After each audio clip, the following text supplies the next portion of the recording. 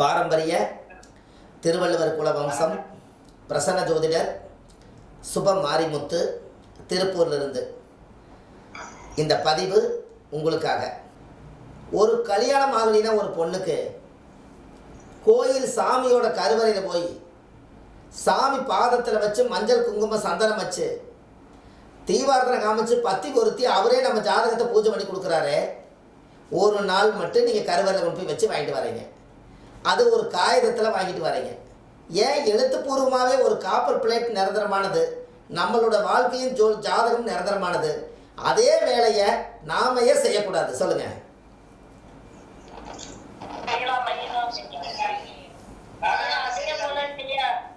அதே போல மற்ற எந்திரங்களோட நம்மளோட எந்திரம், அதாவது ஒரு முருகன் எந்திரம் அப்படிங்கும் போது செவ்வாய் தாக்கம் அதிகமாக இருக்கும் போது அந்த முருகன் எந்திரம் பின்னாடி நம்மளோட ஜாதகத்தை முன்னாடி வச்சு பிரேம் போட்டு நம்ம வணங்கிட்டு வரலாம் ஐயா.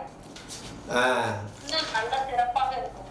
அதே போல லட்சுமி எந்திரம், பணம் தட்டுப்பாடு ஏற்படுறவங்களுக்கு கண்டிப்பா இதெல்லாம் நல்லதே நடக்கும் ஐயா. பாருங்க, ஏன்னா ஐயா வாடிக்கையாளருக்கு எழுதி கொடுக்கலாமா ஐயா? அப்படி செய்யலாமா? அம்மா, நீங்க ஜாதகம் பார்க்க யார் வந்தாலும் காப்பர் தகடில் சக்கரத்தில் நீங்கள் வெள்ளி தகடில் ஜாதகத்தை எழுதி உங்கள் ஜாதகத்தை நீங்கள் வச்சு டெய்லி நீங்கள் தொழிலை வச்சிங்கனாலே வெள்ளியில் ஒரு கோடி கீச்சினாலே பவர் தான். நம்ம ஜாதகத்தை எழுதிட்டா அதை விட பவர்.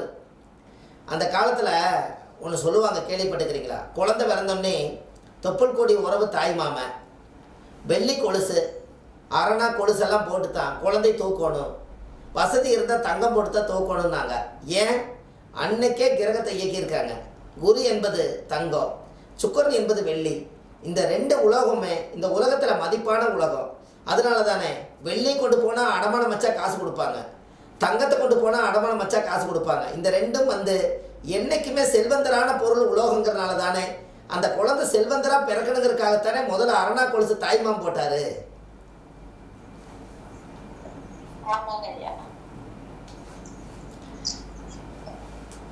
கரெக்டுங்களா? அப்போ முன்னோர்கள் அந்த காலத்தில் அந்த குழந்தைகளையெல்லாம் கைதொட்டு தூக்கும் போது தாய் மாமனுக்கு தாய் வீடு தொப்புள் கொடி உறவு வந்ததுனால அரணா கொலுசெல்லாம் போட்டு தங்கமெல்லாம் போட்டு அழகு பார்த்து அந்த குழந்தை கையில் எடுத்ததுக்கே ஆதி காலத்தில் இது பரிகாரமாக தானே சொல்லி வச்சுருக்காங்க. தாய் மாமா வெறுங்கையில் தொடாத, தாய் வீட்டு சேரு என்ன போடுறைய போட்டு எடுதுன்னு. நான் வாரிசை பெற்று கொடுத்துட்டேன், தாய் வீட்டு சேரு என்ன எங்கே அப்படின்னு கேட்டாங்கல்ல, இதுதான் தாய் வீட்டு சேரு. அந்த அரணாவும் கொலுசும். ஏன் அப்படின்னா பகலில் பிறக்கிறவங்களுக்கு இரவில் பிறக்கிறவங்களுக்கு சந்திரன் தான் தாய், பகலில் பிறக்கிறவங்களுக்கு சுக்கிரன் தான் தாய். அதனால தான் தாய்க்கு பின் தாரம்னு வச்சாங்க. எப்படி? தாய்க்கு என்னங்க?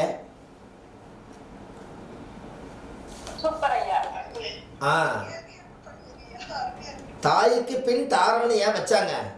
இத்தனை காலமாக என் மகனை வளர்த்தி வாழும் பண்ணி அறியாத வயசில் நான் அறிவை ஊட்டி நிலாச்சோறு ஊட்டி அவருக்கு டவுசர் போட்டு விட்டு உடம்புல எல்லாமே மலம் கழித்து எல்லாம் நான் கொழுவி என் குழந்தைய நான் இடுக்கி என் பால் கொடுத்து நான் இவ்வளவு தூரம் ஒரு மனுஷனை வளர்த்தி அவன் பெரிய மனுஷன் ஆக்கி கடைசியில் பெத்த தாயே யார் கையில் கொண்டு போய் ஒப்படைக்குது? தாய்க்கு பின் தாரம். அதனால தாரத்தில் கொண்டு போய் உட்கார வைக்குது. அப்போது தாய்க்கு அடுத்தது தாய் பார்த்துக்கிற மாதிரி தாரம் பார்த்துக்கணுங்கிறதுக்காகத்தான் இந்த தாய்க்கும் தாரத்துக்கு ஒரு தொடர்பு வந்ததுக்கு காரணமே இந்த கான்செப்ட் தான். அப்போது இரவில் பிறந்தா, அப்போ யாரெல்லாம் பகலில் பிறந்திருக்கிறீங்களோ அவங்களுக்கு சுக்கிரனை தாயாக நீங்கள் நினைங்க, சுக்கிரன் தான் தாய் வீடுன்னு நீங்கள் நினைங்க, சுக்கிரன் தான் அம்மானு நினைங்க. உங்கள் ஜாதகம் ஃபஸ்ட் கிளாஸாக வேலை செய்யும். உங்களுக்கு ஒன்று தெரியுமா? சூர்யா அப்பா, திருமணத்துக்கு அப்புறம் மாமனார் தான் அப்பா. அப்படித்தானா? பாருங்க.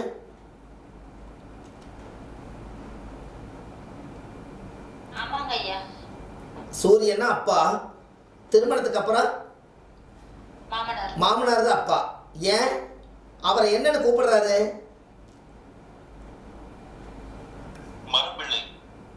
மாப்பிள்ளைங்கிறது இப்போ கரெக்ட். மருமகன் ஏன் கூப்பிட்டாருன்னா, அந்த வீட்டுக்கு ஏற்கனவே மகளை கொடுத்துட்டு என்னோட வீட்டுக்கு மறுபடியும் மருமகனாவே பிறப்பெடுத்து வந்து என்னுடைய பிள்ளையை நீ காப்பாற்றி என் வாரிசை உருவாக்குறதுக்கு இந்த வீட்டுக்கு மகனாவே ஏற்றுக்கொண்டு தான் இந்த மாமனார் வந்து மருமகன் பேர் வச்சது காரணமே. தாயை போல புள்ள நூலை போல சீலைங்கிற மாதிரி நீ எப்படி உங்கள் அம்மா உங்கள் அப்பா உன்னை பார்த்துக்கிட்டாங்களோ அதே மாதிரி நீ என்ற வீட்டில் கால் எடுத்து வச்சிருக்கிற. நானும் உன்னை மகனாக பார்த்துக்கிறேங்கிறக்காக என் வீட்டில் இருக்கிற மகனை விட நீ மறுபடியும் ஒரு மகனாக பிறந்துக்கிறேங்கிறக்காக மருமகன் என்று பேர் சூட்டினான். அப்போ அங்கே மருமகளே என்று பேர் சூட்டினதுக்கு காரணம் என்ன? அந்த வீட்டுக்கு நான் மகளாகத்தான் நினச்சி கட்டிட்டு போகிறேன். மருமகள் என் வீட்டுக்கு மறுபடியும் ஒரு மக வந்துட்டா நான் வேற்றுமையாக நினைக்கிறதுக்காக மருமகள் என்று பேர் சூட்டுறன்னு பேர் வச்சாங்க. இதுக்கெல்லாம் எதுக்காக இந்த நாசுக்கான பேர்கள் வந்ததுன்னா, இனம் பிரியாமல் ரத்த பாசமாக வாழணுங்கிறதுக்காக. ஒரு சில வீட்டில எல்லாம் பார்த்தீங்கன்னா அத்தைன்னு கூப்பிடாம ஒரு சில பெண்கள் ஒத்து போயிட்டாங்கன்னா அம்மா அப்பானே கூப்பிடுறாங்க மருமகளை. அப்படி வருதா இல்லையா? சரி, இப்போ உங்களுக்கு ஒரு ரகசியத்தை நான் சொல்லித்தரேன். இனிமேல் நம்ம ஜாதகத்தில் எந்த கிரகம் பகையாக இருக்குதோ அந்த உறவை சொல்லி கூப்பிடாதீங்க. கூப்பிடாம இருந்தாலே நீங்கள் நல்லா இருப்பீங்க. கூப்பிட்டீங்கன்னா தான் பகை எச்சாகு. உங்கள் ஜாதகத்தில் சூரியன் வந்து பகையாக இருக்குதுன்னா சூரியன் என்பது அப்பா. புதன் வக்கரமாக இருந்தா புதன் பகையாக இருந்தா புதன்னா மாமன். நம்ம ஜாதகத்தில் புதன் பகையாக இருந்தா மாமனை மாமன்னு கூப்பிடாம நீங்கள் வாங்க போங்கன்னு கூப்பிட்டீங்கன்னா இந்த பகை வளராதல்ல.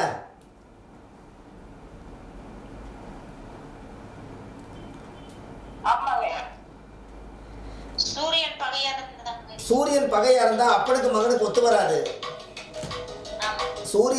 சூரியன் பகையா இருந்தா அப்பனுக்கு மகனுக்கு ஒத்து வராது. அப்பா சம்பாதிக்கிற சொத்து நேரடியாக கொடுக்கறதுக்கு வாய்ப்பு கிடைக்காது. அப்போ சூரியன் பகையா இருந்தா அப்பாவை வந்து நம்ம அப்படி கூப்பிட முடியாது. அவங்கள வாங்க போங்கன்னு கூப்பிட்டா நீங்கள் தப்பிச்சுக்குவீங்க. நம்ம ஜாதகத்தில் பிறக்கும் போதே பகையினால தாயோட கர்ப்பத்திலேயே பகையா உருவாக்கித்தானே இந்த குழந்தை பகையா பிறந்திருக்குது. மறுபடியும் நீங்கள் வந்து பகைத்தானே உருவாக்குறீங்க. எந்த கிரகம் ஜாதகத்தில் கெட்டிருக்குதோ அந்த உறவை பேர் சொல்லி கூப்பிட்டீங்கன்னா அங்கே தான் பிரச்சனை வளரும். அப்போ இது ஏதாவது ஒரு வழியில் உங்களுக்கு அந்த பிரச்சனைகள் என்னங்க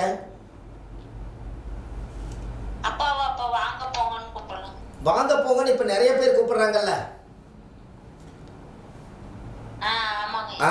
எதுக்காக இந்த உறவுன்னு கேட்டீங்கன்னா, அம்மா நல்லா தெரிஞ்சுக்கங்க, சூரியன் வந்து நீங்க நல்லா தெரிஞ்சுங்க, யார் ஜாதகத்துல எல்லாம் சூரியனும் சனியும் சேர்ந்துருக்குதோ அவங்க ஆண் குழந்தையா இருந்தா அப்பாவுக்கு மகனுக்கு ஒத்து வராது. அப்பா சம்பாதிக்கிற சொத்து நேரடியாக கிடைக்காது. இது எதனால இந்த ரூல் எடுக்கிறீங்க? சூரிய வீட்டில் சனி பகை, சனி வீட்டில் சூரியன் பகை. இப்போ தெரியுதா? இந்த பிரச்சனை தான் அதில் போயிட்டு இருக்குது. அப்போ உறவை வந்து நீங்கள் குறைச்சிக்கிறது நல்லது தானே? நீங்கள் மாமா வீட்டுக்கு போய் விருந்து சாப்பிடும் போது சண்டை வந்து கோவிச்சிட்டு வந்துட்டுன்னு சொல்கிறதெல்லாம் அந்த மாதிரி பாசம் அதிகமாகி உட்காந்து விருந்து சாப்பிடும் போது பிரச்சனை வருது இல்லைங்களா? இந்த ஜாதகம்லாம் எடுத்து பாருங்க, கரெக்டாக வரும்.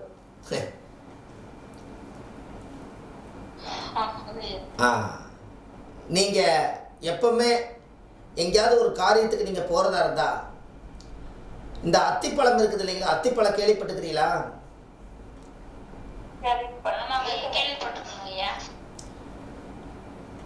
இந்த அத்திப்பழத்தை பிச்சு தலை சுற்றி நீங்கள் கிழக்கு பார்த்து வீசிட்டு போனீங்கன்னா நீங்கள் போகிற காரியம் ஜெயமாகும். உங்களுக்கு அவமானம் எப்போதுமே வராது. அதுக்கு பேர் தான் அத்திப்பழம். அத்திப்பழம்னு உங்களுக்கு தெரியுமா? அத்திப்பழம்னா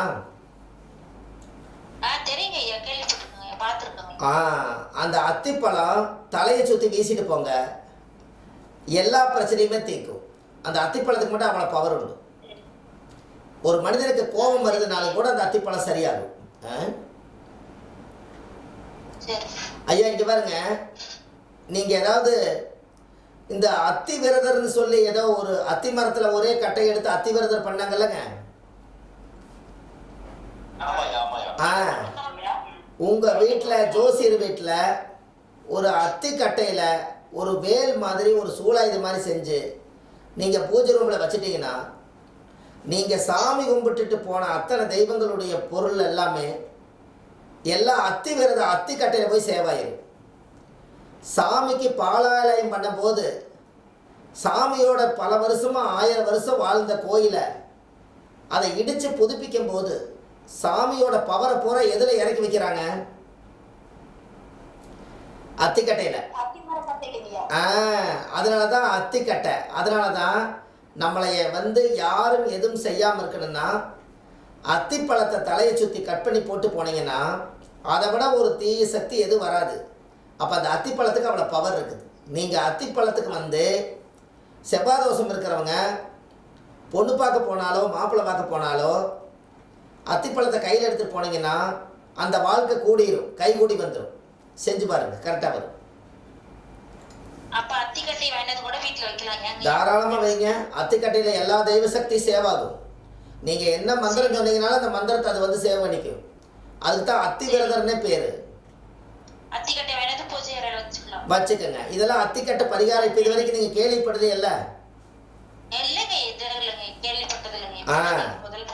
அம்மா ராகு கேது செவ்வாய் தோஷம் இதுகளுக்கெல்லாம் அந்த காலத்தில் முன்னோர்கள் சிலையே செய்யாத காலத்தில் ராஜாவோட வீட்டில் பார்த்தீங்கன்னா மனைப்பாம்புன்னு ஒன்று இருக்கும். கேள்விப்பட்டுக்கிறீங்களா? மனைப்பாம்புன்னா கேள்விப்பட்டுக்கிறீங்களா? அப்படின்னு என்னன்னா ராஜா குதிரை வளர்த்துவார், நாய் வளர்த்துவார், கோழி வளர்த்துவார், புறா வளர்த்துவார், மனிதர்களை எல்லாத்தையும் வளர்த்துவார். கடைசியில் ஒரு ஓரத்தில் அந்த ஒரு பாம்பு மனைப்பாம்புன்னு ஒன்று உயிரோடு வளர்த்துவார்.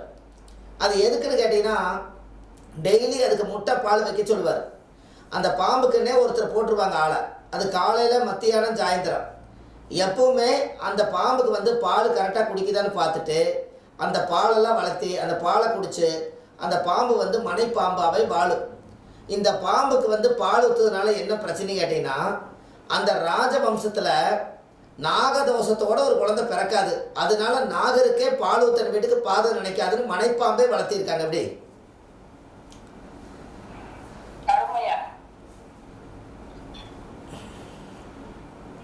அப்போ பாருங்க, அந்த காலத்தில் சுதார் பண்ணிக்கிறாங்களா இல்லையா? உங்களுக்கு ஒன்று தெரியுமா? இது கொஞ்சம் செய்ய முடியாத காரியம்தான்.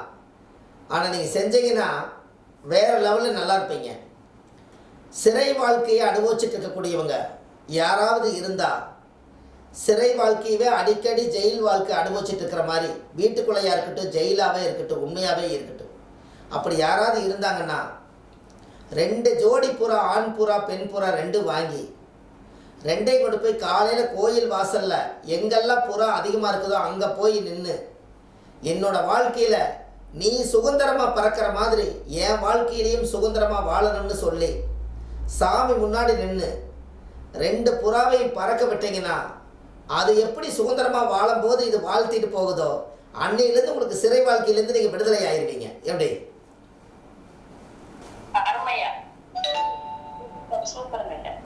அப்போது அந்த மனைப்பாம்புங்கிறத அந்த காலத்தில் புறாவெல்லாம் இதெல்லாம் எதுக்கு வளர்த்துனாங்க? புறாவோட சவுண்ட் என்ன இருக்குன்னு சொல்லுங்க பார்க்கலாம். ஐயா, புறா ஒரு அனத்தர மாதிரியே சவுண்டு கேட்குமா? ஊ ஊ ஊ ஊ இப்படியே அனத்தும். அப்படின்னா புறாவுக்கு தீனி வச்சிங்கன்னா உங்களோட கர்மாவை யாராவது எடுத்துக்கிட்டு இருக்குதுன்னு அர்த்தம். அதனால தான் அந்த காலத்தில் புறா வளர்த்தி அந்த காலத்தில் மணிப்புறான்னு சொல்லி வளர்த்துறாங்க. அது சத்தியத்துக்கு கட்டுப்பட்டது. நீங்கள் ஒரு தகவல் தொடர்பு யாருக்கெல்லாம் காது கேட்க மாட்டேங்குதோ, நம்மளுக்கு 3ஆம் இடம் யாருக்கெல்லாம் கெட்டு போயிருக்குதோ அவங்க எல்லாமே இந்த காலில் தகவல் அஞ்சல் எல்லாம் கட்டி பறக்க விட்டால் அதுக்கு ஒரு ஞான சக்தி பாருங்க. கரெக்டாக எந்த வீட்டில் போய் கரெக்டாக போய் உட்காருதோ அந்த வீட்டோட அட்ரஸ்ஸு அந்த புறா கரெக்டாக கண்டுபிடிச்சி கொடுக்க அந்த காலத்தில். கரெக்டுங்களா?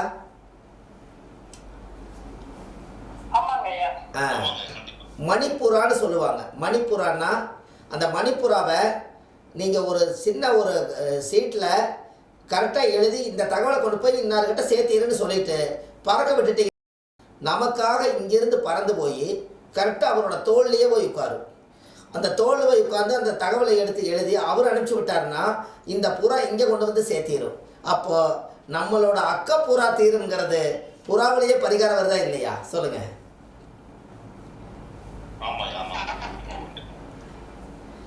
புரிஞ்சுதுங்களா? அதனால இந்த மாதிரி சின்ன சின்ன விஷயங்கள் நீங்கள் வாழ்க்கையில் வருஷத்தில் ஒரு நாள் உங்களுடைய ஜாதகத்தில் உங்கள் ஜாதகத்தை கிழக்கு முகமாக வச்சு அதுக்கு ஒரு மாலை பூவெல்லாம் வாங்கி போட்டு ஜவ்வாது பன்னீரெல்லாம் அது மேலே வச்சு 2 புறா வாங்கி இந்த வருஷம் எங்களுடைய குடும்பத்தில் எந்த விதமான உயிர் சேதங்களும் பொருள் சேதங்களும் வரக்கூடாதுன்னு சொல்லி ஆண் புறாவையும் பெண் புறாவையும் ஜாதகத்தை வந்து 2 முறை 3 முறை சுற்றி கோயிலில் கொண்டு போய் பறக்க விட்டுட்டிங்கன்னா அந்த வருஷத்தில் நம்மளுக்கு உயிர் தாக்கம் வர வேண்டியது எல்லாமே அதோடு அருந்து போயிடும். எப்படி?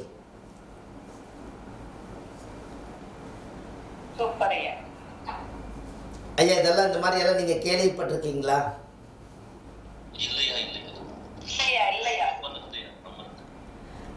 இதெல்லாம் நீங்கள் தெரிஞ்சுக்கணுங்கிறதுக்காக இந்த விவரங்களை எல்லாம் உங்களுக்கு நான் சொல்கிறேன். அப்போது நம்ம வாழ்க்கையில் நம்ம நல்லா இருக்கணுங்கிற ஒரு விஷயம் ஜாதகத்தில் ஒரு சிறப்பாக இருக்குதா இல்லைங்களா?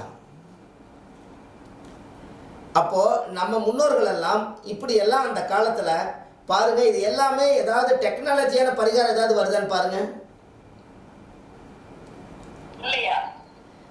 அந்த காலத்தில் முன்னோர்கள் எல்லாம் எப்படியெல்லாம் வாழ்ந்தாங்களோ அதனால தான் ஆதிகால பரிகாரம்னு பேர் வச்சேன்.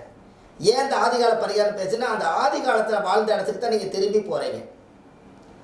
அப்போ நம்ம ஒரு சாதாரண ஒரு தும்ப செடியை பிடுங்கி நம்ம துன்பம் தீரணும்னு சொல்லி தலையை சுற்றி ஓடுற நதியில் வீசிட்டு போனால் நம்ம மேலே பட்ட துன்பம் வந்து நம்மளை விட்டு விலகுங்கிறது அது தும்பச்செடி பரிகாரம்னு நான் ஒரு புக்கில் எழுதியிருக்கேன்.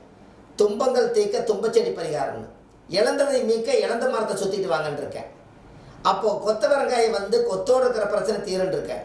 ஆதி காலத்தில் முன்னோர்கள் இது எல்லாம் வச்சு பரிகாரமாக அறிஞ்சாங்க, அறிஞ்சு தெரிஞ்சு தான் உணர்ந்தாங்க. இன்றைக்கி அதே ரிப்பீட் ஆகி இந்த உலகத்துக்கு இன்றைக்கி ஒரு எளிமையான முறையில் இந்த பரிகாரங்களை எல்லாம் நம்ம கையாண்டு வந்தால் அடுத்த தலைமுறைக்கு நம்ம ஏதாவது ஒன்று உருவாக்கி வச்சுட்டு போகலாங்கிறதா இந்த சாஸ்திர விதி. நீங்கள் உங்களுக்கு ஒன்று தெரியுமா?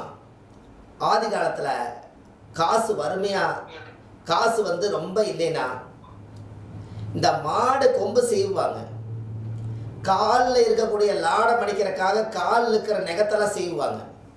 இதில் விவரமானவங்க என்ன பண்ணுவாங்கன்னா மாடு வந்து மகாலட்சுமி, அதனால் இந்த கொம்பு சீவனதெல்லாம் எடுத்து இந்த காலில் இருக்கக்கூடிய நெகத்தையெல்லாம் எடுத்து மஞ்சள் துணியில் முடிஞ்சு சத்தமில்லாமல் வீட்டுக்குள்ளே கொண்டு வந்து ரங்கு பெட்டியில் வச்சுருவாங்க. அன்னையிலேருந்து அவங்க வீட்டில் காசு தங்கும். எப்படி?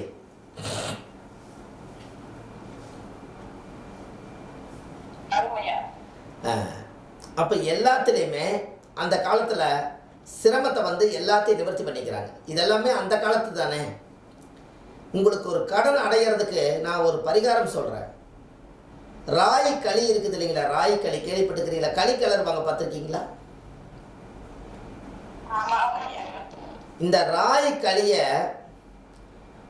நல்லா உருண்டை செஞ்சு செவ்வாய்க்கிழமை அன்னைக்கு கந்த சஷ்டி கவச புக்கு வாங்கிட்டு போய் முருகர் கோயிலில் போய் மயில் வாகனத்து பக்கத்தில் ராயக்களியை தலைவாழை இலை ஒன்று போட்டு தண்ணி தொளிச்சு ராயக்களி 2 உருண்டை எடுத்துகிட்டு போய் அந்த களிக்குள்ளே வந்து குழி மாதிரி வெட்டி குழி மாதிரி செஞ்சு அதுக்குள்ளே நல்லெண்ணெய் ஊற்றி அதுக்கு ஒரு தீபம் போட்டு கந்த சஷ்டி கவசம் அந்த தெய்வம் அமையாமல் உட்காந்து படித்து அங்கே ஏதாவது ஒரு சக்கரை பொங்கலோ ஏதோ ஒன்று செஞ்சு சாமிக்கும் படைச்சிட்டு எல்லாத்துக்கும் வர்றவங்களுக்கு கொஞ்சம் கொடுத்துட்டு வந்தீங்கன்னா அன்னையில் இருந்து உங்களுக்கு கடன் குறைய ஆரம்பிச்சிடும். திரும்ப அந்த கடன் வளராமல் கடன் இல்லாமல் நிம்மதியாக வாழ்கிறதுக்கு இந்த ராயக்களி பரிகாரத்தை நீங்கள் செய்யுங்க. அன்னையிலிருந்து உங்களுக்கு கடன் அன்றோடு தீர்ந்துடும்.